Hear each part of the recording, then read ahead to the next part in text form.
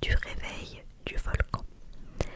Comment on sait qu'il y a eu un tremblement de terre, vous allez me dire? Eh bien, quand les archéologues ont découvert Pompéi, on en reparlera bien de ça, ils vont découvrir la ville dans l'état où elle a été laissée au moment de sa destruction. Et donc, outre les dommages qui sont dus à l'éruption, ils ont trouvé des dommages mais qui n'avaient rien à voir avec la catastrophe du volcan, mais donc avec une autre catastrophe, c'est-à-dire ce tremblement de terre dont je viens de vous parler. C'est un tremblement de terre qui a eu lieu 17 ans avant l'éruption du Vésuve. Ça, on le voit par exemple dans un porche où la moitié droite a été reconstruite en briques et qui a été renforcée à la base. On le voit aussi dans des arcades de l'amphithéâtre qui ont aussi été renforcées. On le voit dans un four à pain qui a été fissuré puis réparé. Donc tout ça, c'est des choses qui ont eu lieu avant l'éruption. On le voit dans une fresque qui a été abîmée par ce séisme. En tout cas, la ville, elle était vraiment en chantier depuis longtemps, et ça, je m'excuse parce que je risque de vous le redire plusieurs fois pour que c'est assez important. Donc je vais sûrement le répéter de temps en temps. Mais Pompéi, c'était une ville en chantier, et Pompéi n'avait toujours pas trouvé l'argent pour réparer tous les dommages qui avaient été faits par ce tremblement de terre. Si maintenant on se rapproche énormément et qu'on va justement en 79, quand il y a eu finalement cette éruption, Pompéi, elle est dans la région que les Romains appellent Campania Felix, donc la Campanie heureuse. Ce n'est pas la compagnie mais bien la Campanie, qui est donc une région. Et il l'appelle comme ça parce qu'évidemment, effectivement, beaucoup de Romains qui habitaient ailleurs venaient dans cette région un peu en mode résidence secondaire pour les vacances. Donc là, ce sont des Romains riches qui font ça, évidemment, des gens importants. Même l'empereur l'été vient dans cette région. Alors, ils viennent dans cette région qui serait un peu voilà, une région en mode, je sais pas, French Riviera, mais surtout à Herculanum. Pompéi était un peu moins coté. Voilà, Herculanum c'est Saint-Tropez, Pompéi un peu moins, mais elle est dans cette région brisée pour l'été, pour les vacances, pour les riches. Pompéi fait donc partie du grand empire romain, puisque je vous ai dit que c'était une ville romaine finalement. Et ce grand empire romain, pour resituer un peu la ville dans cet empire, eh bien c'est Titus qui en est l'empereur. Peut-être qu'il vous dit pas énormément grand chose parce qu'il a régné seulement 2 ans. Pour vous resituer rapidement, vous inquiétez pas, ça va pas durer 10 minutes, même pas 5 minutes, mais si ça peut vous aider à vous replacer. Jules César, je pense que vous connaissez, il a été assassiné. Après Jules César, on a eu Octave. Octave, il va fonder l'Empire romain, il va se faire appeler Auguste à ce moment-là. Donc là, on est dans la dynastie Julio-Claudien. Après Auguste, nous avons Tibère, puis nous avons l'empereur Caligula, puis Claude, puis Néron. Ensuite, nous avons Vespasien, et là, on a une nouvelle dynastie qui sont les Flaviens. Et après Vespasien, enfin, nous avons notre empereur Titus, qui était l'empereur en vigueur au moment où il y a eu à Pompéi cette catastrophe. Et Titus, c'est le fils de Vespasien. Donc je vous dis Titus, peut-être qu'il vous dit rien. Il a quand même inauguré le Colisée. Voilà, mais c'est pas lui qui à l'origine de sa construction, c'est son père, mais ça a pris du temps, son père est mort et c'est Titus qui va inaugurer tout ça. C'est juste pour vous replacer pour ceux qui sont intéressés. En 79, Pompéi, c'est une ville de taille moyenne qui compte entre 12 000 et 15 000 habitants. Les sources varient, il y en a qui le font monter jusqu'à 20 000, mais on est plutôt, le plus souvent c'est quand même cette tranche-là. C'est une ville de taille moyenne parce que vous voyez, en comparaison Rome, il y a 1 million d'habitants à ce moment-là. Mais Rome, ils étaient surpeuplés, mais ça fait de Pompéi une ville de taille moyenne. Pompéi prospère et s'enrichit grâce à sa production de vin. Et grâce à son rôle dans le commerce méditerranéen, on est donc sur une ville plutôt commerçante, plutôt artisanale, mais qui reste en dessous des villes voisines comme Boussole ou Néapolis. Néapolis qui peut-être ne vous dit rien, mais Néapolis qui deviendra Naples et qui à ce moment-là commence tout juste à dominer la région. À quoi ressemblait Pompéi? J'espère que cette introduction vous a pas saoulé, mais je pense que c'est bien d'avoir ces petites infos parce que peut-être que c'est l'éruption qui vous intéresse, mais bien que je suis sûre qu'on est tous conscients de la catastrophe que c'est, on a tendance parfois dans des faits historiques comme ça, surtout que ça s'est passé il y a très très longtemps, à oublier que c'est une histoire de vie à la base. Donc voilà pourquoi je voulais un peu le replacer.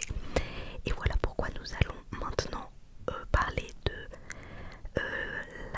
pas la structure, mais si un peu l'architecture, de quoi était composée la ville de Pompéi. On va parler des habitudes de ses habitants, qui ils étaient, quel était ce peuple, et après on passera à l'éruption.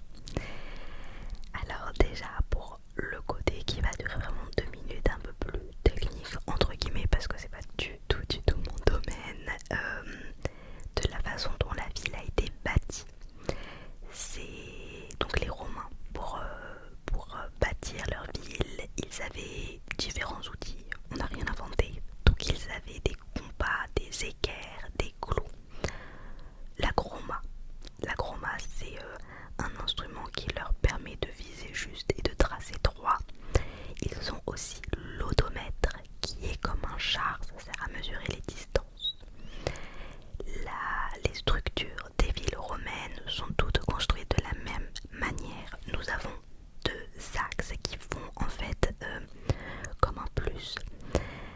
On a l'axe nord-sud qu'on appelle le cardo et l'axe est-ouest, le decumanus. Bon, vous le voyez peut-être à l'envers par rapport à moi. Et ensuite, basé sur ces 2 axes, on a des routes parallèles. Pompéi, je vous l'ai dit, n'est pas originellement romaine. Donc, c'est légèrement différent. On retrouve les 2 axes, mais ils sont légèrement décalés. Donc maintenant, qu'est-ce qu'on a dans cette ville? Et vous allez voir, ça va nous en faire apprendre tellement sur les gens de cette époque. Et encore une fois, tout ce qu'on sait de ce qu'il y avait dans cette ville et des habitudes, c'est dû au fait que la ville, quand elle a été retrouvée des siècles après, elle était figée dans le temps. Mais je vous expliquerai après pourquoi. Bon, alors, nous avons des rues à Pompéi, des rues qui étaient très animées, très bruyantes et pas très sécures, surtout la nuit, c'était très dangereux. C'est un peu le cas des villes romaines en général. La journée, je vous dis surtout la nuit, mais la journée c'était pas non plus la sécurité incarnée. Il y avait beaucoup de bagarres qui dégénéraient salement, des disputes qui allaient jusqu'à des homicides. Enfin c'était voilà, c'était pas très sécure. On avait beaucoup de monde dans les rues de Pompéi et donc ils ont aménagé pour faciliter le quotidien de tout le monde. Au sol, on a des gros pavés et des sillons creusés dans la chaussée pour faciliter la conduite des chars. On a des trottoirs comme nous et on a un équivalent de notre passage piéton. Mais nous, notre passage piéton, il est au sol et c'est des traits blancs. Eux, leur passage piéton, c'est des grosses pierres qui sont sur le sol mais qui sont en hauteur, en fait vraiment surélevées. Pourquoi? Parce que les rues étaient très sales, très boueuses. Au sol on avait des déchets, des excréments. Enfin vraiment, quand je vous dis sale, c'était pas, je fais pas ma mijaurée, c'est vraiment sale.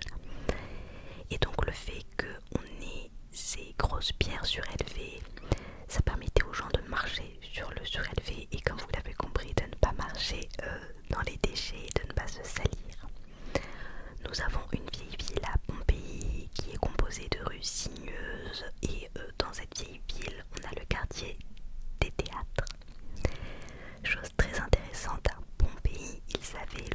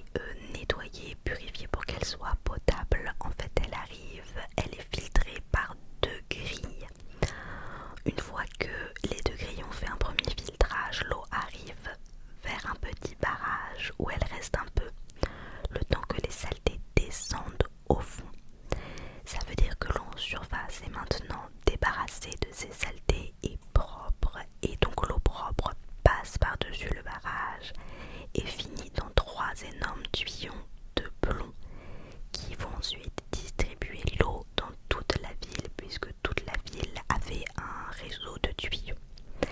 Et encore aujourd'hui, on peut voir sur les tuyaux en plomb carrément le nom du constructeur, du fabricant des tuyaux. C'est fou. Alors intéressant, les Romains ils étaient ingénieux, on le sait, et en fait évidemment que l'eau elle arrivait dans le bâtiment tout en haut, donc la pression elle n'était pas pareille entre, imaginons, des habitations qui étaient tout en bas de la ville et plus proches du bâtiment où l'eau arrivait. Le problème c'est que la pression inégale ça peut abîmer les canalisations, et donc les Romains vont trouver toute une solution pour que la pression soit pareille partout, avec des paliers qui sont disposés dans toute la ville. L'eau, elle alimentait donc certaines maisons, elle alimentait les fontaines de la ville qui étaient très très nombreuses. On retrouvait des fontaines un peu partout à Pompéi, mais elles alimentaient aussi les fameuses thermes. Et je sais pas vous, mais moi quand je pense romain, je pense thermes direct. Les thermes, il y en a 5 à Pompéi, en tout cas 5 qu'on a découvert. Les thermes, c'est un endroit qui a vraiment une grande place dans le quotidien, dans les habitudes des Romains. Les thermes, c'est quoi si vous connaissez pas? C'est un endroit, alors pour vraiment vulgariser, j'ai envie de vous dire c'est comme une piscine, mais c'est pas comme une piscine. L'idée est la même, on va dans de l'eau. Mais le but déjà est différent. On y va pour se laver, on y va pour discuter de façon informelle. Et aussi on y va pour discuter de façon formelle, on y va pour les business. Il y avait des horaires pour les hommes et des horaires pour les femmes. Dans les thermes, il y en avait des plus grands, il y en avait des plus petits. Si je prends la comparaison de nos piscines, on a des piscines toutes petites qui ont qu'un bassin, et on a des piscines énormes avec 5 bassins et des toboggans. Dans les grands thermes romains, on avait plusieurs salles et chaque salle avait une eau à température différente. Donc on avait le frigidarium où l'eau était très fraîche, le tepidarium où l'eau était tiède. Parenthèse, je m'excuse, mon chat fait sa toilette à côté, donc ça fait des espèces de bruits de bouche de chat. Voilà. Le tepidarium, je disais, où l'eau est tiède, et le caldarium où l'eau est chaude. Et quand je vous dis chaude, c'est à 60 degrés. Comment il faisait pour avoir une pièce avec de l'eau à 60 degrés? En fait, sous les thermes, il y avait un sous-sol qui faisait une cinquantaine de centimètres, et ce sous-sol, il était fait, les murs du sous-sol, c'était des briques. Ce sous-sol, il était complètement fermé, et il y avait juste un petit trou, un peu comme une ouverture d'aération, qui donnait sur une autre pièce. Et dans cette autre pièce, il y avait des esclaves qui chauffaient, et donc en fait, ils chauffent, ça passe par le trou, ça rentre dans ce sous-sol en briques, ça chauffe tout ce sous-sol. Comme c'est en briques, la brique prend la chaleur et va diffuser au-dessus. Et c'est comme ça qu'on a cette eau très chaude, et la fumée qui est générée par tout ça sort par des conduits. Donc tout un programme, c'est thermes. À Pompéi, on pouvait aussi retrouver une palestre, l'équivalent de nos salles de sport, et qui contenait une piscine. On peut retrouver une basilique, là où la justice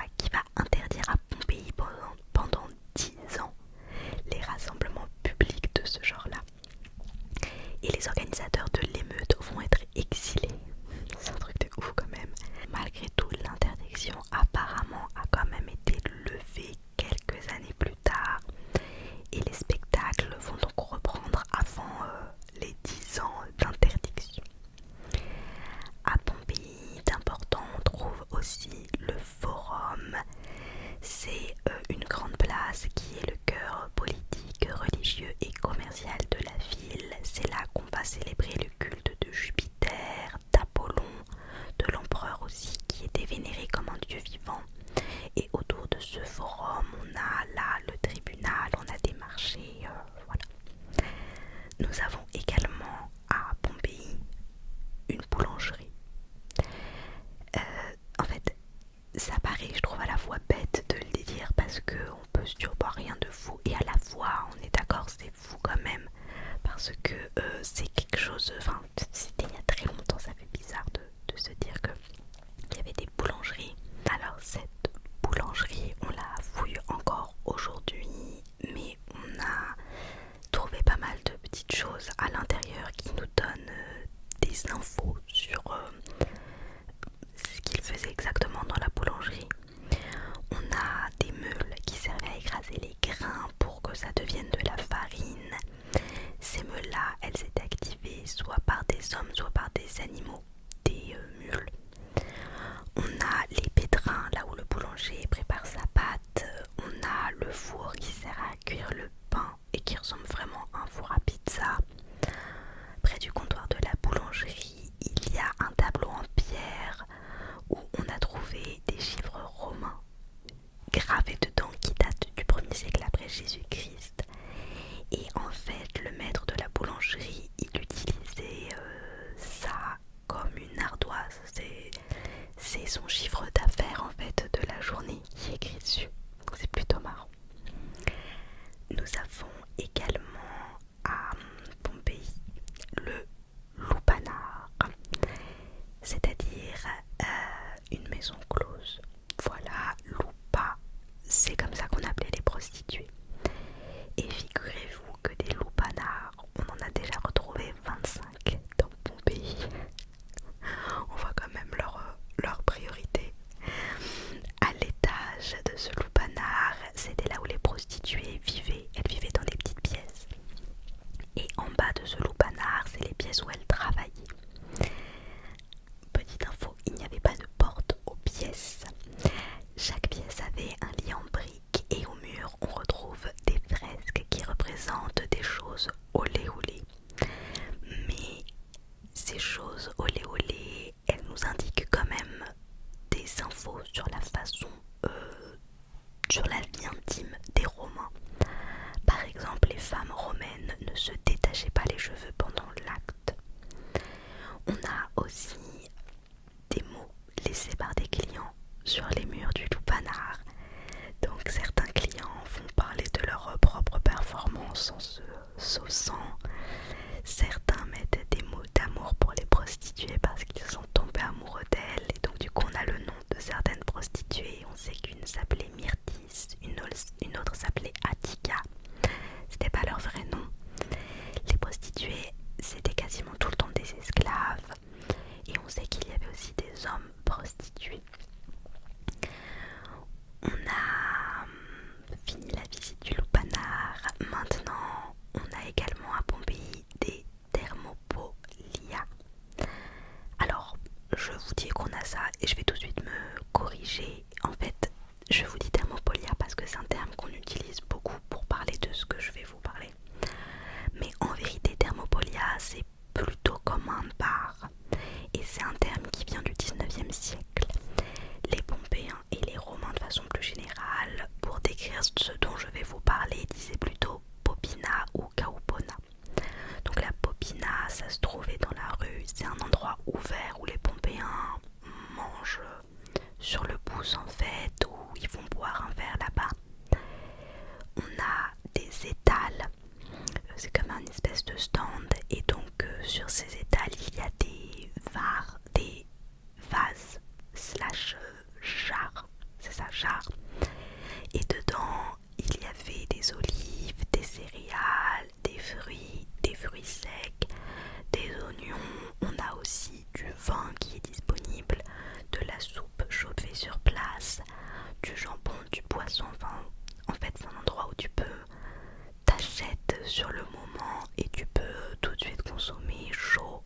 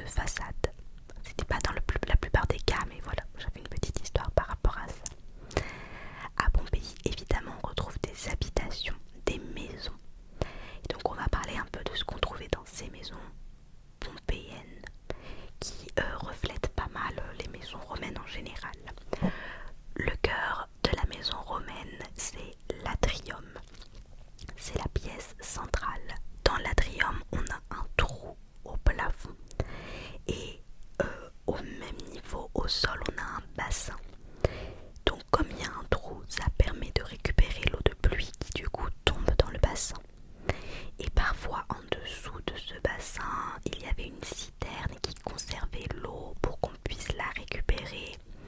Et on l'a récupérée avec un puits et un seau. Le trou au plafond, outre le fait de récupérer de l'eau de pluie, ça sert aussi à avoir plus de lumière, ce qui était très important parce qu'à cause de la peur des voleurs, les fenêtres n'étaient pas énormément ouvertes. Les maisons romaines modestes, elles étaient composées de cet atrium et des chambres qui étaient autour. Dans les maisons luxueuses, vous vous en doutez, il y avait plus. Donc quand je dis maisons luxueuses, les maisons du coup des vraiment riches familles pompéennes, et là c'était gigantesque. On pouvait avoir jusqu'à 40 pièces au rez-de-chaussée seulement, et elles étaient sur plusieurs étages. Dans ces maisons riches, on avait salle de bain, salon, salle à manger, des pièces en mode, vous voyez le lupanar, ils avaient des pièces en mode lupanar directement chez eux. Ils avaient le quartier des animaux et des esclaves, hein, on fout tout le monde au même endroit dans le fond de la maison, qui était aussi l'endroit où on garait les chars. Les chambres des esclaves étaient assez petites et quasiment pas décorées. On avait aussi dans ces maisons des jardins entourés de colonnades, on appelait ça un péristyle. Le point commun aux maisons des très riches et aux maisons plus modestes, c'est que les maisons pompéennes et romaines étaient vraiment énormément décorées et très très très colorées. Ils vivaient vraiment dans de la couleur. C'est-à-dire que les sols et les murs sont recouverts de mosaïques, sont recouverts de fresques colorées.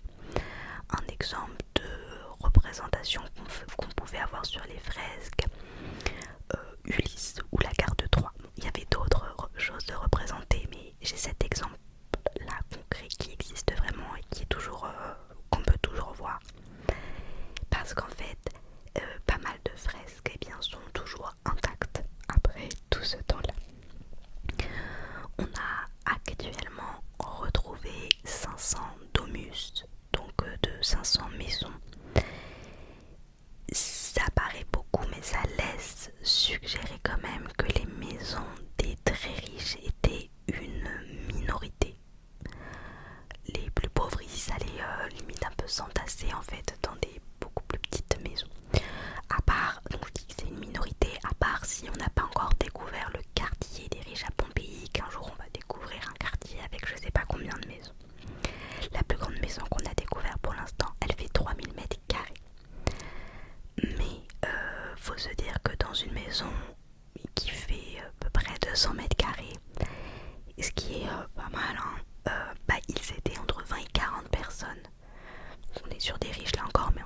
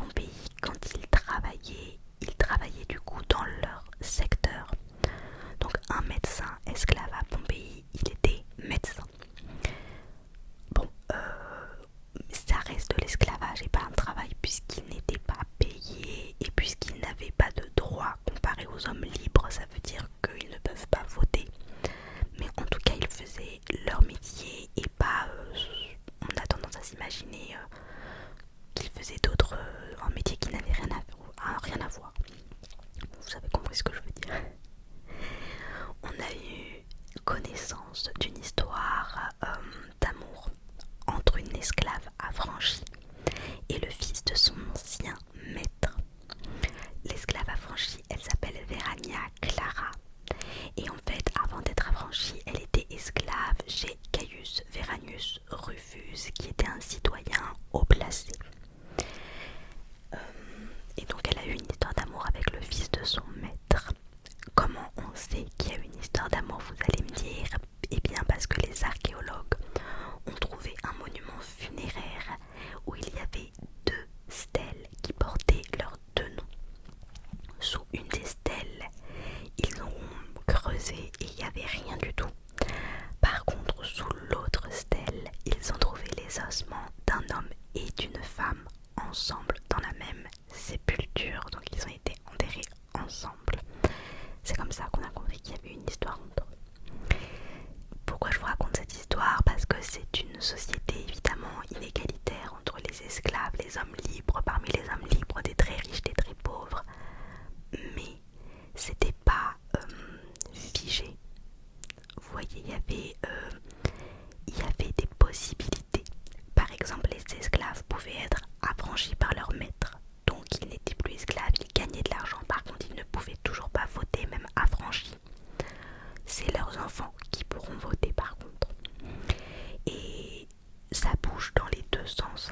Des esclaves peuvent devenir hommes libres et des grands bourgeois pouvaient tout perdre et se vendre comme esclaves. On va continuer pour en connaître un peu plus sur ce peuple au niveau de la provenance de tout à chacun. Pompéi, elle a une population très mélangée. On a beaucoup d'étrangers à Pompéi, on a pas mal d'Alexandrins, pas mal de Syriens. Voilà, après je me dis, vu son histoire et elle a été influencée par plein de pays, etc. Peut-être aussi pour ça. En termes de métier, pareil, je vous ai dit que c'était une ville plutôt de commerçants, d'artisans, donc on a beaucoup d'artisans avec énormément de métiers différents. Physiquement, ils étaient comment les Pompéiens? Les femmes faisaient 1,55 m, les hommes faisaient 1,65 m, donc en moyenne. On est donc sur des personnes plus petites que notre moyenne actuelle. Et les hommes faisaient 45 à 50 kilos, on était sur des gens plutôt minces et les femmes encore moins. Le fait que ce soit une population plutôt mince s'explique ou peut s'expliquer avec le fait que c'était des gens très actifs, très dynamiques, qui bougeaient beaucoup, c'était pas des sédentaires. C'est sédentaire qu'on dit, oui c'est ça, je mélange tout le temps. Au niveau de l'espérance de vie, j'aime bien savoir l'espérance de vie des peuples, eh bien elle est d'environ 30 ans pour les femmes et 40 ans pour les hommes. Alors attention, parce que moi j'étais en mode quoi? Ça veut pas dire qu'ils mouraient tous à 30 ans. En fait cette moyenne elle est tirée vers le bas du fait qu'il y a une très forte mortalité infantile et du fait que beaucoup de femmes mouraient en accouchant. Mais on est quand même sur une population très jeune. Dans les rues on voyait beaucoup d'enfants et on voyait très très peu de personnes âgées. Au niveau de leurs coutumes et leurs croyances qui parfois sont liées, donc là je vous ai mis plein de petits détails sur leurs petites habitudes que je trouve sympa. Alors à Pompéi on prend la nourriture avec la main droite. D'ailleurs quand on entre dans une maison c'est aussi avec le pied droit. Il ne faut pas piquer la viande parce que ce serait piquer la viande à la chair des morts. Les plus riches, ils ont de la vaisselle en argent et donc on a retrouvé des cuillères parce que les Romains n'utilisaient pas de fourchette, figurez-vous. C'est plus récent la fourchette. Et donc en fait dans certaines de leurs cuillères il y avait comme une pointe qui permettait d'attraper la nourriture qui était prédécoupée avant. Ensuite, autre info sur ce peuple, les femmes à Pompéi mettaient des bagues mais pas au fond du doigt. Elles mettaient au fond du doigt mais pas que plutôt. Elles mettaient aussi sur le bout des doigts et elles mettaient sur les pieds. Et on a d'ailleurs retrouvé pas mal de bijoux. On a retrouvé des ras de cou ornés de perles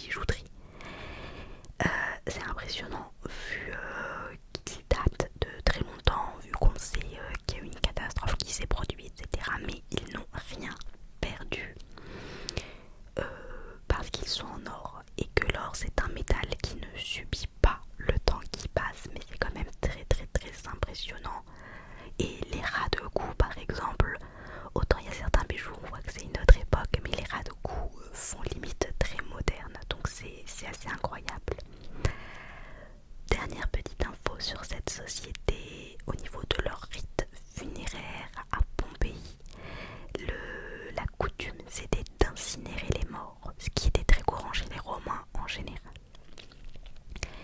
Quelques mots maintenant sur l'économie du pays. Du fait de la grande densité d'habitants non riches à Pompéi, pour ne pas dire qu'il y avait beaucoup de pauvres, la vie elle n'était pas très chère à Pompéi, du coup, ce qui paraît assez logique ou pas, mais là c'est logique dans ce cas-là. Les gens riches, ils utilisaient une monnaie en or et les plus pauvres une monnaie en bronze. Et cette petite monnaie en bronze qu'ils utilisaient, on appelait ça l'as.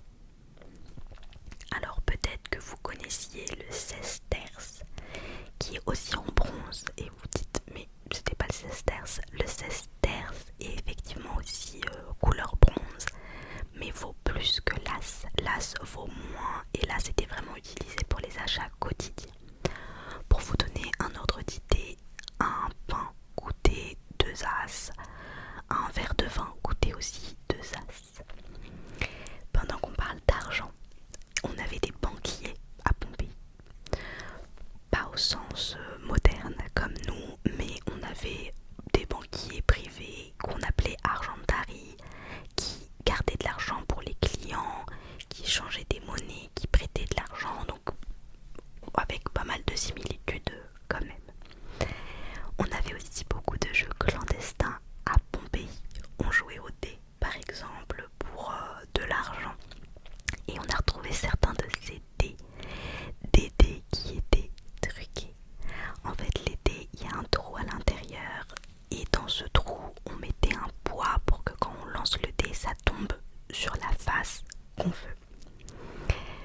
J'ai une petite histoire de quelqu'un qui a vraiment existé à Pompéi encore. C'est une femme qui s'appelait Faustilla. Faustilla, elle n'était pas banquière, mais elle prêtait de l'argent aux gens. Et en fait, c'était des gens du coup qui avaient besoin, et elle leur prêtait mais à un taux exorbitant. Elle prenait plus de 40% d'intérêt. Voilà juste une petite phrase sur elle. La politique. On va bientôt arriver à l'éruption, mais quelques mots sur la politique, puisque la politique occupe une place très importante dans le quotidien des habitants de Pompéi. Tous les ans, il y avait des élections, et juste avant le réveil du Vésuve, Pompéi était en pleine campagne électorale. Et ça, comment on le sait?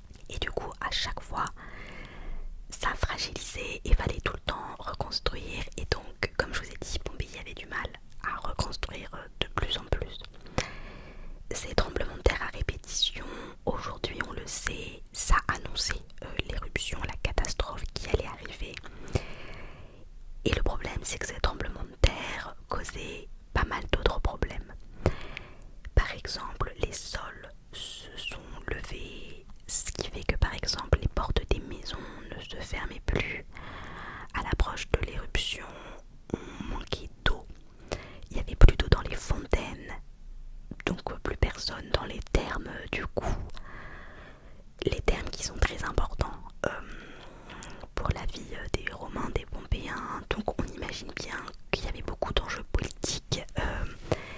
C'était une campagne importante là qui s'annonçait. Je suppose que comme aujourd'hui, les différents candidats allaient sûrement proposer des solutions pour que les fontaines remarchent. Donc on était en tout cas dans une cité clairement en crise, vraiment pas au meilleur de sa forme, très affaiblie par ces tremblements de terre et par tout ce qui en découlait. Petite information, je vous dis qu'il n'y a plus d'eau, ça pose un problème. Pourquoi il n'y en avait plus? Si on veut rentrer, pas dans le détail, mais quand même avoir une petite explication. Comme le terrain s'est modifié, ça a sûrement abîmé l'aqueduc. Voilà, donc des bouts de l'aqueduc qui acheminaient l'eau. Voilà pourquoi.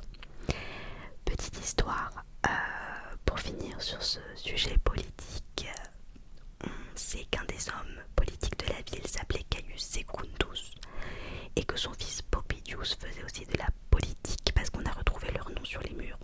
Bon, ça c'est l'info qui je vous le donne et qui sert à rien, mais à la fois c'est fou qu'on ait une information sur ça.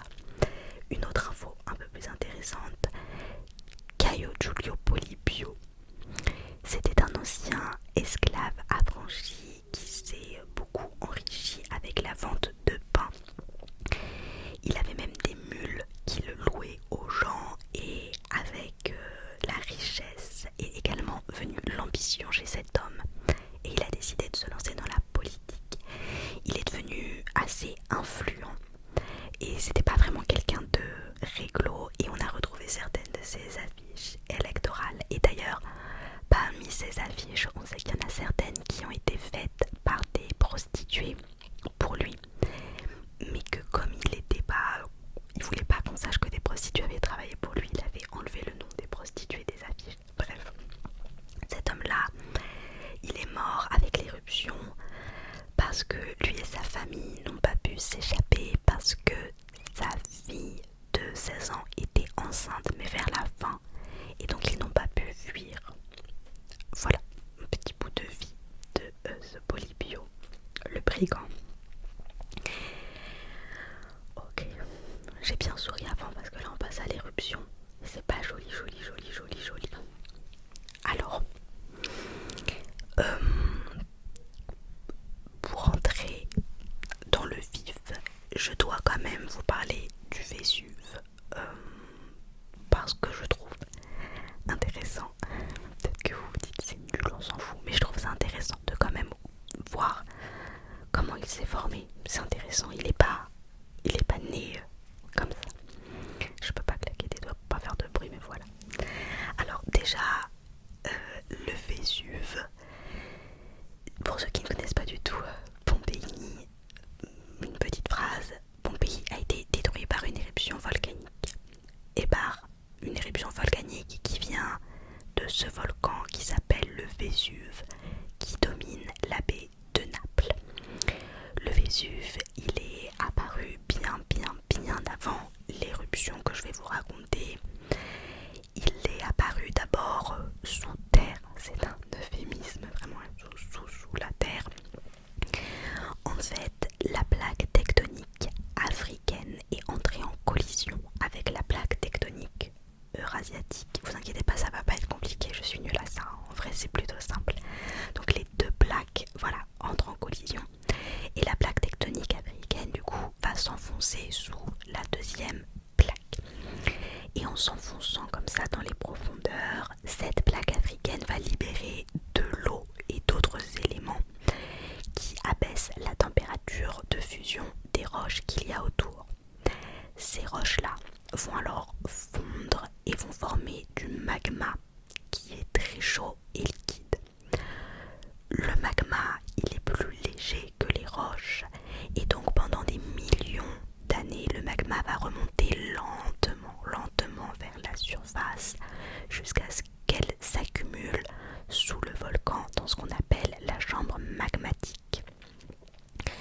Si ça s'arrêtait là, on ferait pas cette vidéo aujourd'hui. Le truc, c'est que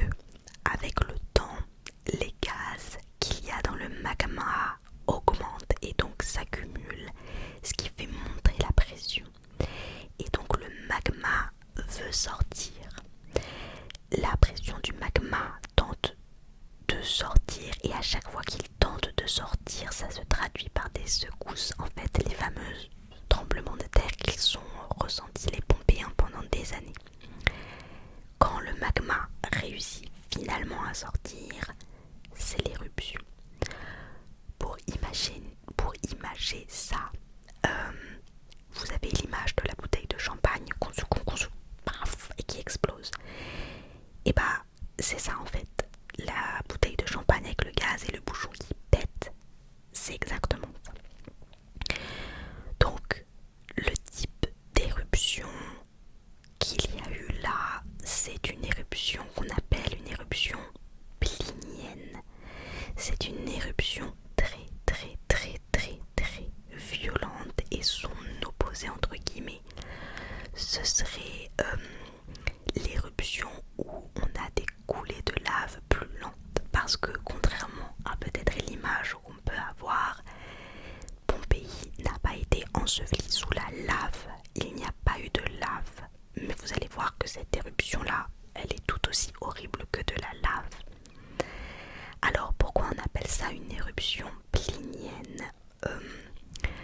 On appelle ça une éruption plinienne parce qu'il y avait quelqu'un qui s'appelait Pline l'Ancien, qui était un des hommes les plus savants de son temps et qui avait un neveu qu'on appelait du coup Pline le Jeune. Et Pline le Jeune, c'est lui qui a décrit avec beaucoup de précision dans un texte l'éruption du Vésuve, et c'est une des références, une des sources.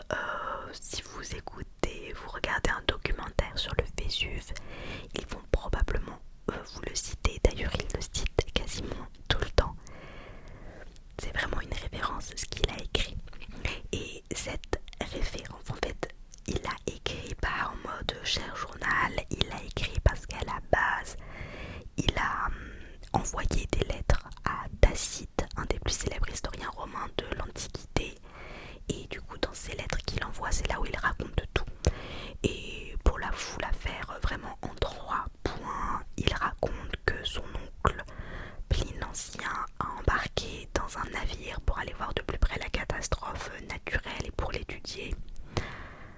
Évidemment, le neveu en profite pour un peu saucer et faire l'apologie de son oncle, qui est vraiment décrit comme un homme courageux, héroïque, prêt à risquer sa vie pour la science. Donc vraiment on exagère.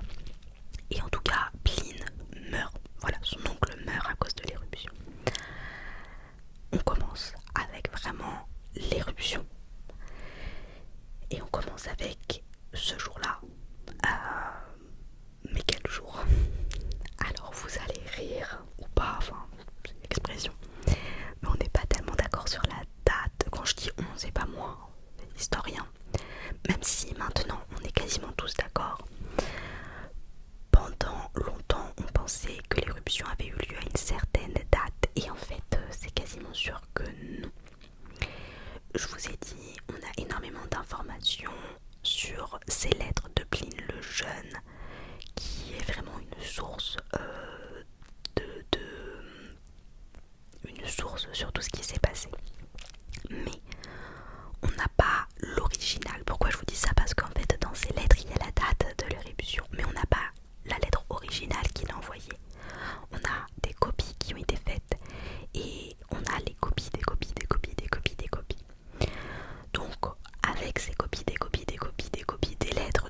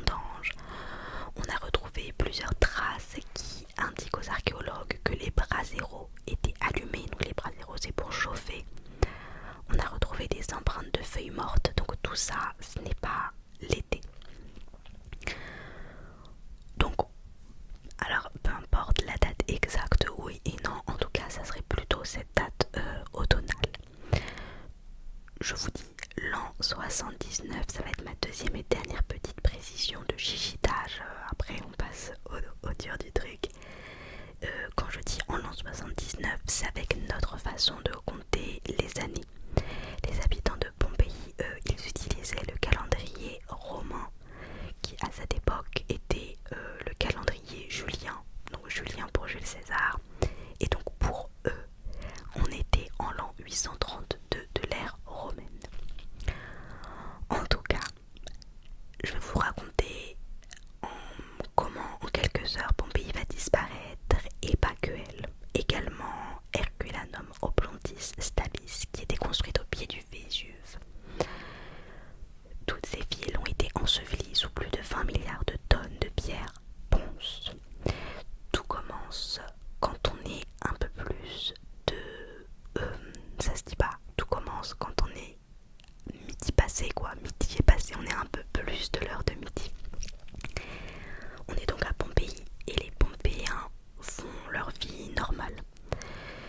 Ils sont dans leur quotidien comme n'importe qui pourrait l'être, et là ils vont ressentir une violente secousse qui est accompagnée d'un grondement sourd, un grondement qui persiste et qui s'intensifie. Les Pompéiens vont alors entendre une intense explosion, et là en fait il y a un bouchon de lave qui a sauté et qui a décapité le sommet du volcan. Le Vésuve est entré en éruption. C'est le fameux, ce que je vous disais, le fameux magma qui veut sortir. Et ça y est, là, ce jour-là, il est sorti, il a pété. Les Pompéiens, eux, ils voient quoi? Ils voient un énorme nuage qui a une forme inhabituelle. Cet énorme nuage, en vérité, c'est une immense colonne de gaz, de cendres, de fragments de magma et de pierre qui, en 30 minutes, va monter jusqu'à environ 14 km de hauteur vers le ciel. Pour vous représenter, ça représente quoi 14 km de hauteur? C'est à peu près 3 fois la hauteur du Mont Blanc. Ou bien, quand vous prenez l'avion il monte à 10-12 km de hauteur. Donc c'est plus haut que ça. Il y a donc cette espèce de nuage que les Pompéiens voient, et eux, ils regardent d'où ça vient, et ils voient que ça vient de ce que les Pompéiens pensent être une montagne, parce que à l'époque, figurez-vous qu'ils ne savent pas que le Vésuve est un volcan. Si vous avez déjà vu le Vésuve ou les photos, on peut se dire bah c'était pas très fut-fut, mais le volcan à ce moment-là n'est pas du tout le cratère imposant qu'on connaît et qu'on voit aujourd'hui. C'est avec le siècle, avec les siècles qu'il a grandi jusqu'à la hauteur d'aujourd'hui. Donc eux, ils pensaient que c'était une montagne en fait, si vous voulez. Ils comprennent pas tellement ce qui est en train de se passer, et j'ai envie de dire que voilà, ils voient un grand nuage. Et donc, ils repartent un peu à leurs occupations quotidiennes, puisque en fait ils ont été pris et surpris par ça dans leur quotidien, mais voilà, ils continuent leur vie, ils jettent de temps en temps un coup d'œil quand même à cette espèce de nuage, mais ils continuent leur vie. Très très très peu de personnes ont pensé à fuir, et d'ailleurs parmi ceux qui se seraient dit à ce moment-là il faut qu'on fuit, on n'a aucune certitude qu'après ils aient survécu, qu'ils étaient vraiment à l'abri. Alors pourquoi les gens paniquent pas plus que ça et ne fuient pas? Parce que, je vous l'ai dit, ça fait plusieurs mois, voire plusieurs années, mais ça fait plusieurs mois qu'il y a des tremblements de terre, mais ça fait... Attendez, je me suis trompée. Ça fait plusieurs années qu'il y a des tremblements de terre, mais ces derniers mois ça s'est accéléré, et ça fait plusieurs mois qu'il y a plein de petites secousses. Donc les Pompéiens sont entre guillemets habitués. Donc pareil, ça les panique pas tant que ça. Et ceux qui avaient été un peu paniqués avant, ce sont certains riches qui, paniqués par les tremblements de terre, avaient quitté Pompéi, mais ceux d'avant. Non pas que les pauvres n'aient pas été paniqués, mais les riches pouvaient se permettre de quitter les maisons. Donc il y a des riches qui avaient quitté leur maison bien avant et qui avaient revendu leur maison à des nouveaux riches ou à des esclaves affranchis qui avaient fait fortune.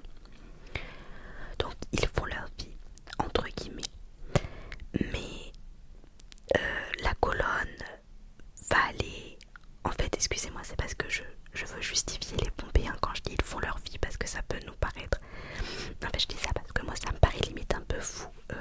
en sachant toute la suite. Mais je pense que pour eux c'était un petit peu, vous savez, comme nous, quand une journée, un après-midi, il y a de l'orage très violent, on s'arrête pas de vivre. Voilà, on jette un coup d'œil de temps en temps dehors, ça fait sauter l'électricité, mais ça revient. On s'inquiète, mais on s'inquiète pas vraiment. Donc eux, c'est un petit peu ça qui s'est passé. Sauf que cette colonne, donc ce nuage qui est en vérité une colonne, elle va aller encore plus haut. Elle va monter jusqu'à 30 km d'altitude et elle va entrer dans la stratosphère. Elle monte dans la stratosphère et les vents vont la pousser vers Pompéi, vers le sud.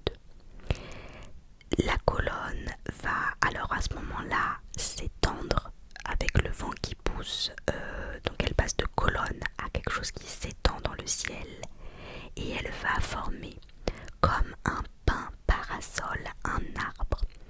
Et donc c'est pour ça qu'on appelle ça d'ailleurs une éruption plinienne. Parce que c'est Pline le jeune qui, quand il a décrit, il a vu à quoi ça ressemblait et quand il l'a décrit dans ses lettres, il a dit que ça ressemblait à un pain parasol et c'est resté. Et du coup, dès qu'on parle de ce type d'éruption, c'est ce qu'on dit. Et d'ailleurs, je ne savais pas à quoi ressemblait un pain parasol, donc j'ai fait le travail pour vous. Si vous avez la flemme d'aller voir, c'est un arbre qui effectivement ressemble à la forme que prend ce type d'éruption. Donc ça forme comme un arbre en fait, parce qu'on a la colonne et on a comme si on avait les feuilles, vous voyez, la touffe de l'arbre au-dessus. En quelques minutes du moment où cette colonne se transforme en pain parasol, en quelques minutes, le ciel va s'assombrir et va plonger Pompéi dans l'obscurité. C'est la journée et ça devient la nuit. Là, les gens se disent que c'est bizarre. Alors ils vont chercher des lampes. Certains vont prier, certains vont abandonner ce qu'ils sont en train de faire pour aller dans la rue pour essayer de comprendre ce qui se passe. On a d'ailleurs retrouvé une espèce de coupe qui en fait était utilisée par un ouvrier qui était en train de faire de la peinture. Et au moment où c'était devenu sombre, c'est le moment où il venait de tremper son pinceau et vous savez d'essuyer sur le bord de la coupole pour enlever un peu de matière. Et c'est à ce moment-là que ça s'est assombri et qu'il est sorti pour voir. Et en fait, voilà, il y avait l'explosion et tout, donc il a tout laissé là. Finalement, il n'est jamais revenu. Et on a retrouvé la coupole avec... on a ce geste en fait, on sait qu'il a fait ce geste avant de tout laisser. Donc c'est assez fou. Dans le même style d'un moment comme ça qu'on réussit aujourd'hui à capter d'entre-deux de Pompéens qui passent de on panique pas à tiens il se passe quelque chose. On a retrouvé dans beaucoup de fours de boulangerie les pains qui avaient été mis. Les boulangers avaient mis les pains dans les fours, il y a eu l'explosion, le ciel s'est assombri et en fait ils ont pas eu l'occasion. Ils ont fui ou quoi, mais ils ont abandonné les pains dans les fours et ils les ont laissés là. Et en fait, le pain, il a été carbonisé par les dépôts volcaniques, parce que je vous raconterai plus tard ce qui s'est passé. Et donc aujourd'hui, on les a, ces pains-là, donc c'est plus le pain, on peut pas le manger, mais on a la forme du pain exact, on a certains détails du pain qui a été fait, qui a été figé comme ça à ce moment-là. Dans le même genre, beaucoup plus triste même que des pains oubliés. On a retrouvé dans l'écurie de la boulangerie 5 mules, des mules qui servaient sûrement à ramener le blé de l'extérieur à l'intérieur de Pompéi. Et pareil, en fait, les boulangers se sont enfuis, pensant peut-être revenir, ce qui n'a pas été le cas. Et donc les mules, elles sont restées enfermées dans cet endroit et tuées. Et la position des squelettes des mules nous montre qu'elles ont essayé de se protéger de ce qui est arrivé. Elles ont essayé de se cacher, elles ont cherché de l'air. Il y a une mule qui a été retrouvée dans un coin, signe qu'il a essayé de prendre un petit peu d'air. Une autre mule était contre la porte et on les a retrouvées dans les positions de leurs derniers instants. incroyable est pas le mot parce que ça traduit peut-être quelque chose de beau. J'aime pas non plus dire c'est fou, mais voilà, c'est un mélange des deux. Et ces petits trucs que je viens de vous raconter, ça nous traduit vraiment cet instant où on passe de pas de panique à instant de panique instantané, quoi. Donc ça s'est assombri, il y a eu ce pain parasol, ça s'est assombri. Et là, les Pompéiens vont entendre des tic tic tic tic tic tic tic tic tic. C'est une pluie de pierres ponces qui va s'abattre sur la ville et sur les bâtiments. Vous voyez l'averse qui tombe d'un coup. Là, c'est une averse, mais au lieu d'avoir de la pluie, c'est des petites pierres. On appelle ça des labilis. Comment c'est créé? En fait, on a l'éruption, on a des morceaux de magma qui sont donc projetés et avec l'air, ça va se solidifier et c'est comme ça que ces labilis sont créés. Et entre le moment où elles sont créées et le moment où elles tombent sur mon pays, on a 30 minutes qui se sont passées entre ces deux moments. Alors ce sont des pierres très légères, ce sont des morceaux de magma remplis de gaz. En soi, on peut s'en protéger avec une casserole, beaucoup ont mis des oreillers. Le problème, c'est que parmi elles, il y a aussi des pierres noires. Et là, c'est pas la même chose.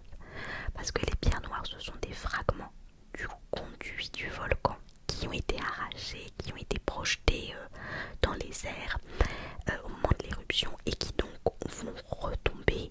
Mais elles sont montées jusqu'à entre 14 et 32 km d'altitude.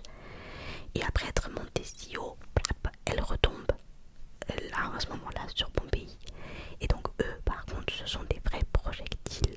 On a donc des Pompéiens qui se retrouvent avec de la poussière partout. Pendant qu'il y a cette pluie de petites pierres, on a des tremblements de terre en même temps qui sont en continu. On a donc ces projectiles de pierre là qui viennent du volcan. On a un cliquetis incessant de tic tic tic du aux pierres qui tombent là. Vous savez, les pierres qui vont tomber sur les terrasses là, les cailloux quand il y a de la grêle. Un cliquetis vraiment incessant qui va s'intensifier au point que ça va devenir assourdissant. Les habitants courent, se bousculent pour se mettre à l'abri, ils se cachent, ils longent les murs. Ceux qui sont pas chez eux essayent de rentrer chez eux pour retrouver leurs proches. Et tout ça sous cette pluie de pierres. C'est une horreur. Et dans les premières heures, il y a beaucoup de Pompéiens qui vont mourir en fait avec cette pluie. Parce qu'ils vont recevoir une pierre noire sur la tête, parce qu'un toit va s'effondrer, parce qu'une colonne va s'effondrer, parce que n'importe quel objet va leur tomber dessus, parce que en fait les pierres, je vous ai dit, elles sont toutes petites, elles sont légères, on peut s'en protéger, mais elles tombent en masse et donc même si individuellement c'est pas un danger, quand elles tombent en masse sur un toit par exemple, elles vont effondrer le toit. Elles finissent par peser beaucoup, quoi. Cette pluie de pierre va faire aussi tomber les lampes à huile parce qu'il faisait sombre, donc ils sont allés chercher les lampes à huile, mais du coup les pierres font tomber les lampes et ça crée des incendies. Donc comme si c'était pas assez horrible au milieu de tout ça, petit incendie qui se rajoute à ce petit cauchemar. Et les incendies vont bloquer les gens dans des maisons. Ça va empêcher de fuir certaines personnes, ils vont être bloqués là-dedans. Au milieu de l'après-midi, on a 100 millions de tonnes de pierres ponces qui sont déjà tombées sur la région. Évidemment, il y en a qui essayent de fuir, les plus riches vont récupérer ou font récupérer par leurs esclaves leurs affaires précieuses. Certains habitants vont avoir le truc de se dire, avec la pluie qui tombe de pierre, il ne faut pas rester dans les maisons, donc ils vont abandonner leur maison. Et puis on assiste aussi à des choses incroyables pour l'époque, comme par exemple le fait que plusieurs esclaves vont abandonner leur maître. C'est incroyable parce que nous on sait comment ça finit, mais eux ne savent pas comment cette histoire va finir.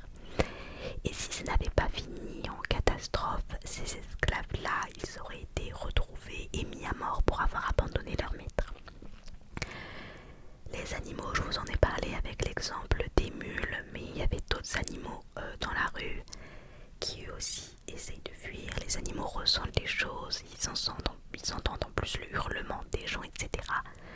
Pour eux aussi, c'est la panique. Depuis le début de l'éruption, il s'est maintenant passé 12 heures. 12 heures. Et selon les estimations, cette pluie de pierres mortelles et incessante, elle a duré entre 12 et 15 heures. C'est un cauchemar. Je vous parle de Pompéi, mais je vous ai dit qu'il y a les autres villes autour, elles ont aussi été touchées. Dans la région, il n'y a pas que Pompéi. Et donc on va aller dans une ville voisine. Vous allez comprendre pourquoi on va chez eux. On va à Herculanum, une ville plus petite que Pompéi. Herculanum, c'est une ville très très chic, beaucoup plus raffinée. C'est là qu'on va beaucoup aller, que la jet set va aller. Et Herculanum se trouve au pied du Vésuve, à 6 km. Et contre toute attente, à Herculanum, ils n'ont pas été touchés par la pluie de pierre ponce. Donc ils ont dû recevoir des projectiles du volcan qui ont fait quelques dégâts, mais beaucoup moins qu'un Pompéi. Sûrement dans l'idée que, si vous voulez, ça a été projeté, quoi. Donc on est un peu comme un tuyau d'arrosage. Ça, du coup, ça a touché Pompéi, mais pas Herculanum qui était au pied du Vésuve. Les tremblements de terre, ils sont non aussi à Herculanum à ce moment-là, mais c'est beaucoup moins intense. Et en fait, ils ont juste, on va dire, une petite couche de cendres. Sauf que cet énorme nuage, ce parasol, cette colonne de gaz et de cendres, elle va se refroidir. Et donc, en se refroidissant, elle va comme s'effondrer, elle va se replier sur elle-même. À ce moment-là, on est environ autour de 1h du matin. Et donc, elle se replie et un nuage de cendres, incandescente de cendres brûlantes et de gaz toxiques qu'on appelle coulée pyroclastique ou courant pyroclastique, ou encore on appelle ça des nuées ardentes. Donc je vais souvent vous dire nuée ardente ou courant pyroclastique. Et donc c'est ce nuage de cendres brûlantes et de gaz. Je dis pas couler pour pas qu'on pense que c'est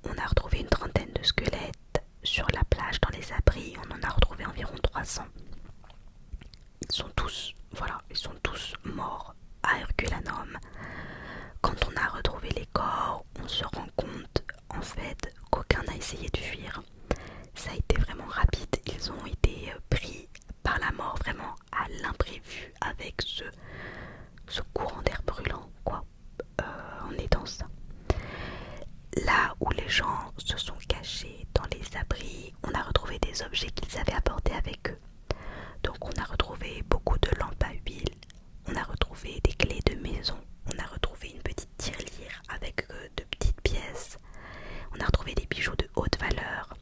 Et vraiment le contraste entre la tirelire et les bijoux de haute valeur, on est vraiment, vous savez, dans ce moment où pauvres et riches, ils étaient dans le même bateau quoi, cachés au même endroit, morts de la même façon, enfin tout le monde là, il n'y avait plus de statut social. La ville d'Herculanum faisait entre 3000 et 4000 habitants, donc je vous ai dit, on a retrouvé 330 squelettes en tout. Il y en a plein qu'on n'a pas retrouvé, peut-être emportés après par tout ça, mais voilà. Cette nuée ardente, violente, comment elle tue? En fait, elle tue à cause de la chaleur extrême. Elle tue à cause de l'inhalation de gaz et de cendres, donc on est vraiment sur un mélange des deux. Certains corps ont été détruits d'ailleurs par la chaleur extrême, d'autres corps ont été retrouvés ensevelis par les cendres, enfin mais retrouvés morts. Il y a eu plusieurs de ces courants-là, il n'y en a pas eu un seul, donc le premier a tué tout le monde, mais il y a eu tellement de courants qui se sont pyroclastiques, qui se sont enchaînés que non seulement tout le monde est mort, mais Herculanum a fini enseveli sous une épaisseur de 23 mètres de cendres, de fragments volcaniques et de matériaux. C'est à ce moment-là que je vous avais parlé de Pline l'Ancien, vous savez, l'oncle de celui qui après a écrit, etc. Je vous avais dit que Pline l'Ancien, il était parti pour observer le phénomène. Lui, il s'était arrêté à Stabi. Et lui, en l'occurrence, il est mort avant cette nuit ardente. En fait, il est mort en essayant de quitter Stabi par la plage, en se protégeant la tête avec des coussins. Et il est mort asphyxié sur la plage parce qu'il a ingéré du soufre. Il y a de l'orage. Je suis désolée, ça peut être relaxant, normalement. En tout cas, ça va bien avec notre thème. Voilà, Herculanum a disparu. On passe de la panique à un silence. Bon, panique, ils n'étaient pas en panique comme à Pompéi, mais ils s'étaient réfugiés sur la plage parce qu'ils avaient vu qu'il y avait quand même quelque chose. Herculanum n'existe plus, en tout cas pour plusieurs siècles. En tout cas, après avoir anéanti Herculanum, la nuée ardente va poursuivre son chemin et va se diriger vers Pompéi. À Pompéi, personne n'est au courant de ce qui s'est passé à Herculanum. Les Pompéiens, ils ont passé toute la nuit à essayer de survivre à la pluie de pierre qui a recouvert Pompéi d'une couche qui va de 3 à 6 mètres, donc une couche de pierre. À ce stade, on a déjà beaucoup de morts qui sont indéplorés, qui sont morts étouffés à cause des effondrements, brûlés par les incendies, qui ont inhalé la fumée. Donc une nuit assez difficile et finalement la pluie de pierre s'arrête enfin. Les survivants sortent de leurs abris, ils vont dans la rue, ils marchent très difficilement parce qu'ils marchent sur ces petites pierres au sol. Ils ont un mouchoir au nez à cause de la poussière de cendres volcaniques qui rend l'air difficilement respirable. Cette poussière de cendres volcaniques, elle contient des petits bouts de verre qui irritent la gorge. Et puis on peut imaginer que ça doit être, vous savez, très très poussiéreux. On ne doit pas voir beaucoup, en tout cas on ne voit pas de très loin. Et le volcan, il continue à faire du bruit, il continue de rugir. La nuée qui a détruit Herculanum, la nuée dont je viens de vous parler, elle arrive en direction de Pompéi. Oui, il y a vraiment de l'orage. Elle arrive en direction de Pompéi, comme je vous ai dit, à grande vitesse. Elle arrive. Et là, miracle, elle va s'arrêter au mur de Pompéi. Je vous ai dit qu'il y avait eu plusieurs courants. Eh bien, il y en a. Cette nuée s'est arrêtée au mur de Pompéi. Mais il y en a une autre qui va arriver. Et cette fois-ci, la seconde va traverser Pompéi. Mais il paraîtrait qu'il n'y ait pas eu de dégâts humains. À ce moment-là, la pluie de pierre reprend, mais quand même moins fort qu'avant. Et donc, les survivants à la pluie de pierre mortelle, ils ont vu passer ce courant qui a traversé la ville et ils sortent des maisons et de leurs abris. Parce que malgré la pluie de pierre, ils se disent que c'est quand même mieux de ne pas être à l'intérieur vu ce qui vient de passer. Et ils veulent fuir, ils veulent sortir de la ville. Les gens marchent en silence. Et l'ambiance, on se l'imagine, hein. Ils sont silencieux, mais t'entends un enfant pleurer, t'entends quelqu'un tousser, t'entends les pas des gens, t'entends ceux qui sont coincés dans les maisons et qui peuvent pas en sortir et qui hurlent. Et puis là, il y a des objets qui se soulèvent un peu. Et ils entendent un bruit, je pense un peu comme un grand souffle qui arrive. Et là, il y a un autre courant qui arrive. Un courant beaucoup plus puissant. Un courant qui fait tomber les murs, qui rafle les survivants qui se trouvaient dans la rue, qui tranche les gens à cause des matériaux qu'ils transportent, briques, morceaux de volcan, etc.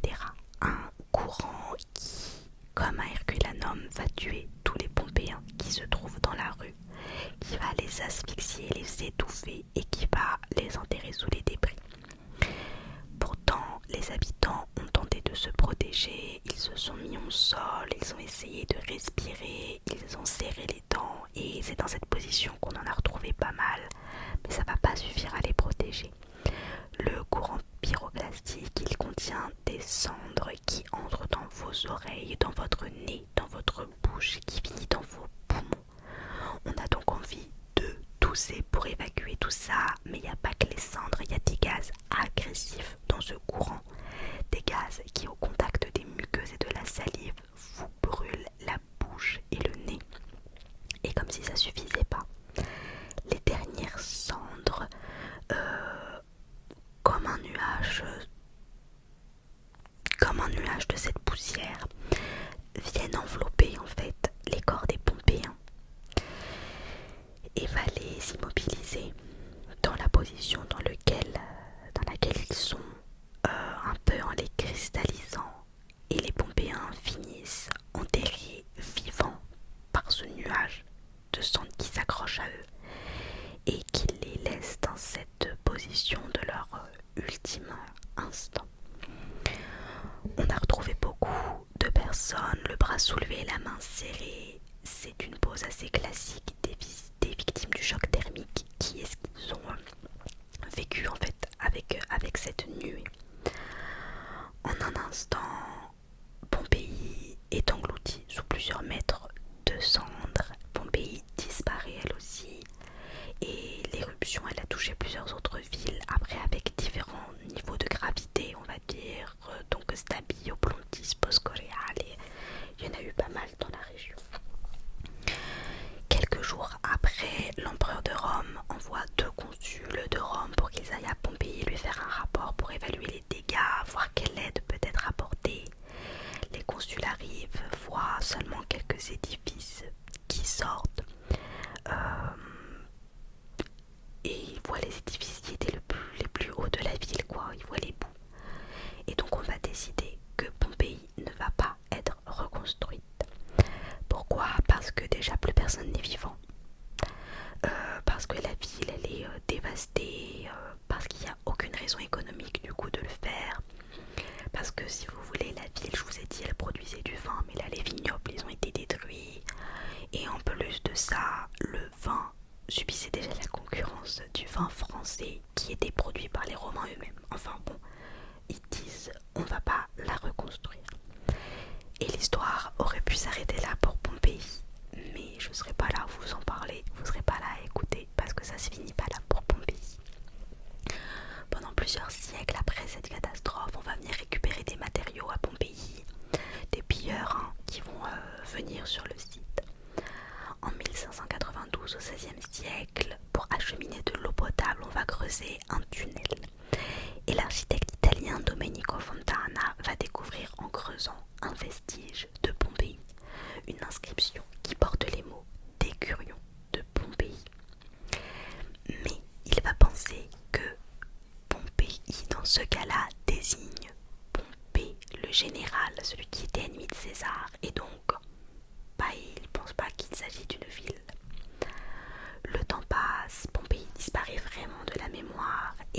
1709, un Français qui s'appelle Emmanuel Maurice Delboeuf. Il a une villa, ce monsieur, dans la ville de Portici, à côté du Vésuve. Il fait creuser un puits et les ouvriers qui font les travaux vont trouver en creusant des statues de marbre intactes.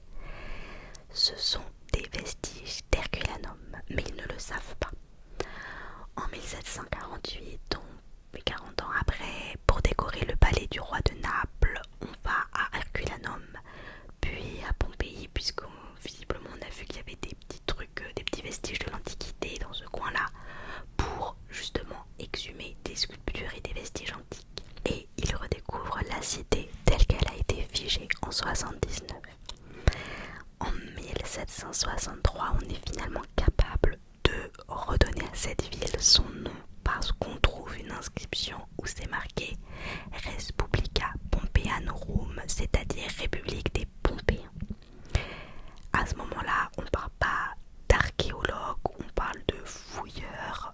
Quoi qu'il en soit, chaque fouille, chaque dégagement leur en apprend plus sur le quotidien de cette ville romaine. C'est une découverte de malade pour eux. Pompéi était cachée pendant des siècles et maintenant tout le monde en parle. C'est sur toutes les bouches. Pompéi fascine. On se passionne pour ces vestiges venus de l'Antiquité. On se passionne à chaque fois qu'on retrouve un vase, une monnaie, une serrure, un moule à pâtisserie. Parce que, comme je vous l'ai dit, en fait, elle a été figée à cause de la cendre qui s'est posée, qui a tout figé. On va en reparler là très rapidement. Et ça nous donne donc un témoignage comme on n'a jamais eu. Et comme il est probable qu'on ait de nouveau un jour un témoignage de comment vivaient les Romains il y a 2000 ans. Alors, comment ça se fait que cette ville a été autant conservée, qu'à chaque fois, je vous ai dit, là on a retrouvé ci, là on a retrouvé ça, comment ça se fait? Eh bien, quand il y a eu la pluie de pierre très mortelle, la pluie, elle a stabilisé, en fait elle est venue dans tous les recoins, c'était des toutes petites pierres, donc ça a empêché les bâtiments de s'écrouler, ça a figé les bâtiments. Après, la nuée a fait tomber tout ce qui n'a pas pu être figé par les pierres, mais les petites pierres en fait ont permis de conserver tout ça. Le site, il devient un parc archéologique protégé, il va avoir ses premiers touristes amateurs d'histoire. Pourquoi parc protégé? Parce que quand les premiers vestiges ont été découverts à Pompéi et libérés de cette couche volcanique, parce que il y a eu les pierres qui ont stabilisé, il y a eu une couche volcanique, celle qui a immobilisé les corps des gens, elle a aussi immobilisé les objets, etc. Et quand on a découvert, on a nettoyé, on a retiré sur certaines choses la couche volcanique qui finalement protégeait les objets, qui protégeait les bâtiments et qui donc se mettent à se dégrader très vite. On va donc mettre des choses en place pour restaurer tout ça et pour protéger sur le site ce qui ne veut pas être emporté ailleurs. Donc c'est pour ça que ça devient un parc archéologique protégé. À la fin du 19e siècle, on a un roman historique traduit dans toutes les langues et adapté au cinéma qui s'appelle Les Derniers Jours de Pompéi qui sort. Le film va décrire Pompéi comme une ville romaine vraiment différente de ce que je vous ai décrit. Je vous ai dit que Pompéi était en crise, c'était dangereux et tout. Là, c'est vraiment le cliché de la ville romaine, c'était beau, tout va bien, etc. Mais en tout cas, peu importe, le grand public va découvrir Pompéi. Et à peu près en même temps, en plus, ils vont découvrir des photos et des vidéos de Pompéi qui vont fasciner. Des photos que vous avez peut-être déjà vues, des corps pétrifiés dans la cendre. Alors, je suis désolée de je vous ai peut-être déjà cassé le mythe de la lave de Pompéi. Je vais vous casser ce mythe-là aussi. Ce ne sont pas des corps pétrifiés dans la cendre, ce sont des moulages de corps en plâtre. Je vous explique. Ça date de 1860. On a Fiorelli qui est un archéologue italien, c'est l'archéologue en chef de Pompéi qui va avoir une idée. En fait, si vous voulez, je vous le dis d'une première façon, je vais vous le dire d'une autre façon. Il a coulé du plâtre dans les cavités, dans les trous que laissent sous la cendre les corps décomposés qui ont laissé une empreinte. En fait, il n'y a pas de corps à l'intérieur, le corps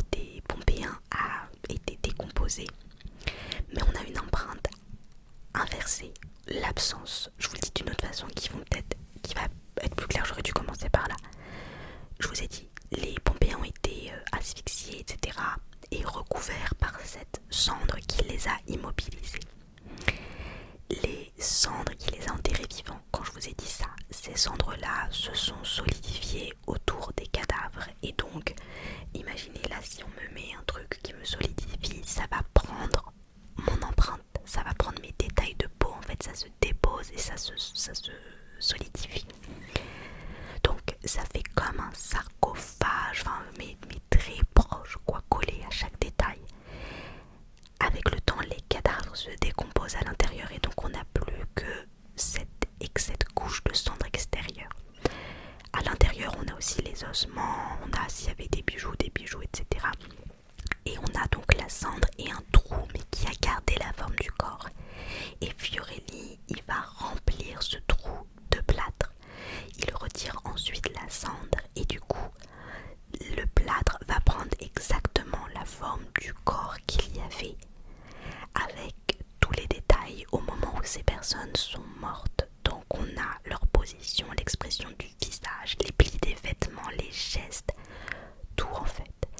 Si vous voulez, c'est vraiment une image inversée, mais c'est pas truqué, c'est vraiment la cendre a fait office de plat, de moule en fait. La cendre qui s'est déposée sur ses gens au moment de la catastrophe a fait comme un moule et cet archéologue a eu la brillante idée de remplir du coup le moule et on a les détails. Pour l'instant on a retrouvé 1200 personnes, on a retrouvé des animaux aussi. Si je me trompe pas, je crois que Fiorelli en fait cette technique il l'utilisait d'abord avec des objets et donc c'est pour ça qu'il a eu l'idée de le faire avec des humains et puis après avec des animaux. Parmi les humains qu'on a retrouvés, et donc avant que je dise ça, juste quand on voit ces corps-là de plâtre en fait, du coup c'est ça qu'on voit. Parmi eux, il y a les très célèbres amants de Pompéi qu'on a découvert en 1914. Un petit mot sur eux, peut-être que vous le savez, mais comme le nom le suggère, on a longtemps cru que c'était un homme et une femme enlacés, on a imaginé que c'était des amoureux. Mais en 2017, l'analyse ADN des ossements va raconter une nouvelle histoire. C'était en fait deux jeunes hommes sans lien de parenté. Donc on a longtemps imaginé une histoire avec qu'on croyait que c'était un homme et une femme, et maintenant on s'imagine d'autres histoires. Est-ce que c'était des amants? Est-ce que c'était parce qu'ils n'avaient pas lien de parenté? Ils étaient quoi l'un pour l'autre? C'est peut-être juste deux personnes aussi qui se sont retrouvées dans le désespoir au même moment, qui se sont juste fait une étreinte, on ne sait pas. Donc voilà, Fiorelli, il avait cette technique de moulage incroyable. C'est quelque chose pour laquelle il est bien connu, mais c'est pas la seule chose incroyable qu'il ait fait pour Pompéi. Il va aussi utiliser une technique plus respectueuse du site archéologique. Il va, quand il va fouiller Pompéi avec son équipe, il va fouiller les maisons du haut vers le bas de façon méthodique. Alors que jusqu'ici, on dégageait les rues, on entrait dans les maisons pour fouiller et en fait ça donnait lieu à des catastrophes. Il y a des zones qui s'effondraient. Donc lui, il a fait les choses comme ça, il a divisé aussi la ville en plusieurs zones de recherche pour que ce soit plus méthodique. Ce qui intéressait avant Fiorelli les gens, c'était en fait chercher des vestiges, mais chercher des trophées pour décorer le palais de machin, etc. Lui, il va vraiment, Fiorelli, redonner à Pompéi la dignité que la ville mérite en la fouillant, mais dans un but historique, scientifique, archéologique et pas pour retrouver des trophées qu'on peut récupérer et qu'on récupère pour nous. Au XXe siècle maintenant, ce ne sont plus seulement les passionnés d'histoire amateurs qui viennent visiter Pompéi. On a des touristes de tout horizon, de toute passion qui viennent s'immerger dans l'antiquité de l'époque en allant visiter Pompéi, en allant visiter le Vésuve, en faisant son ascension, en faisant le tour de Pompéi et d'Herculanum. Dans la seconde moitié du XXe siècle, on a un violent séisme en novembre 1980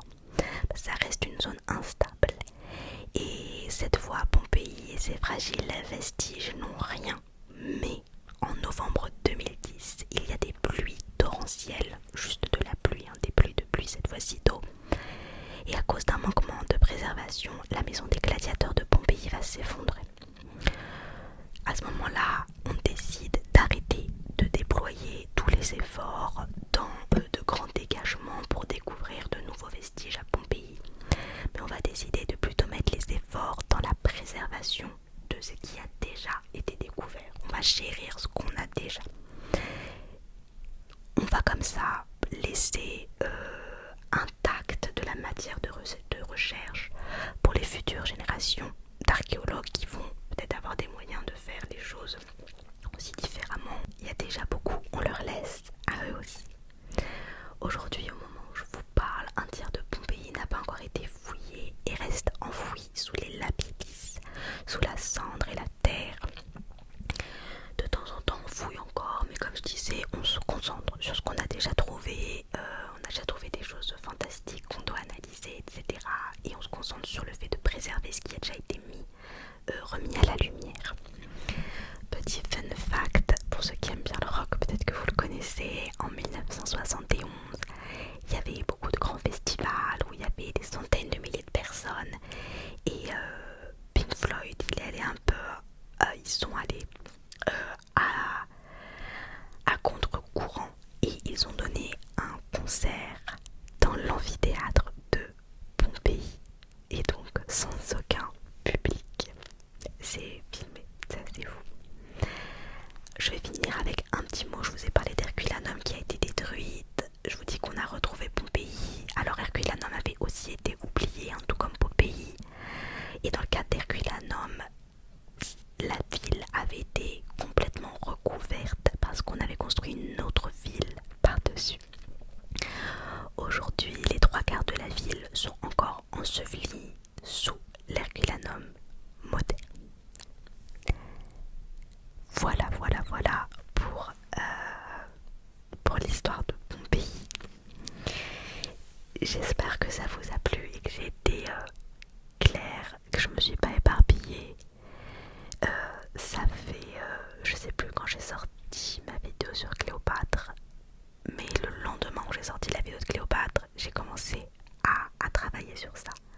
J'ai pas fait que ça en continu, mais j'ai commencé là et donc du coup, j'ai eu peur parfois de je savais plus. En fait, je suis arrivée à un point où je me suis tellement renseignée que je ne savais plus ce qui était utile ou ce qui était du détail. Mais j'ai quand même voulu vous en donner un petit peu. J'espère avoir réussi à quand même vous transmettre beaucoup de vie de ce